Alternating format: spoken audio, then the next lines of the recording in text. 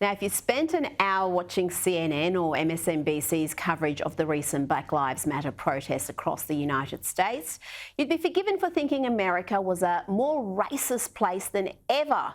But a new study has suggested that couldn't be further from the truth. According to new research, America is arguably less racist than ever.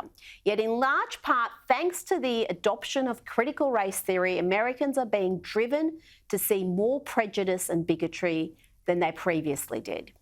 For more on this, I'm joined from London by the political scientist behind these findings, Professor of Politics at the University of London, Eric Kaufmann. Eric, you've just published this paper for the Manhattan Institute, The Social Construction of Racism in the United States.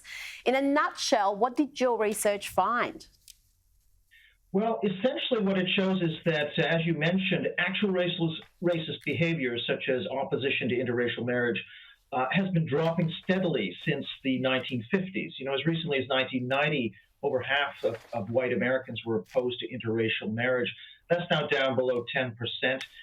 Meanwhile, the level of police shootings and killings of African Americans has dropped 60 to 80% since the late 1960s. So on one hand, we have attitudes and behaviors moving in a positive direction, racism falling. But at the same time, since 2014, the number of Americans who say race relations are good or that racism is a big problem has been moving in the opposite direction. So we've got perception moving in the opposite direction from reality.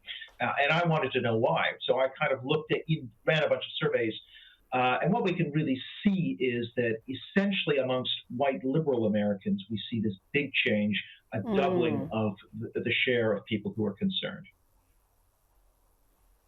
Yeah, there was a very interesting little tidbit out of the study that really stood out for me. It found 70% of white people and 95% of black people who think white Republicans are racist believe young black men are more likely to be shot by police than killed in a traffic accident.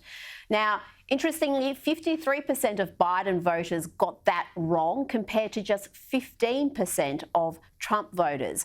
How much responsibility does the media have here for spreading this dangerous disinformation about America being a divided country?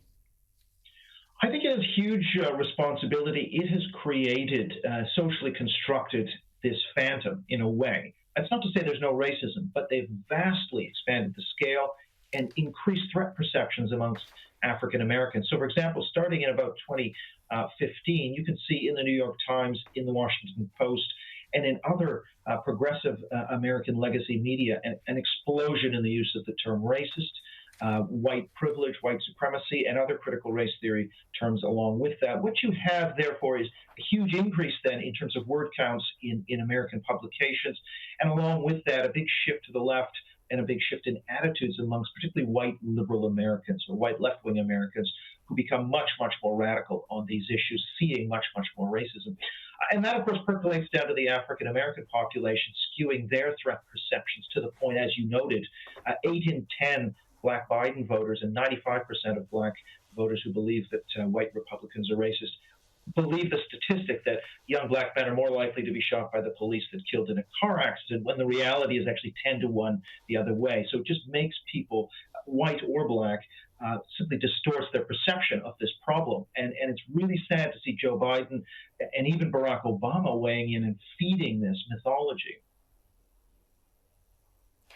Oh, absolutely. And we've seen it just in the last 24 hours with the Biden White House coming out and saying that this shooting in Columbus, Ohio, which I'm going to be talking about shortly, was racially motivated, or noting the race of the person shot dead there, not the fact that they were wielding a knife at the time that they were shot.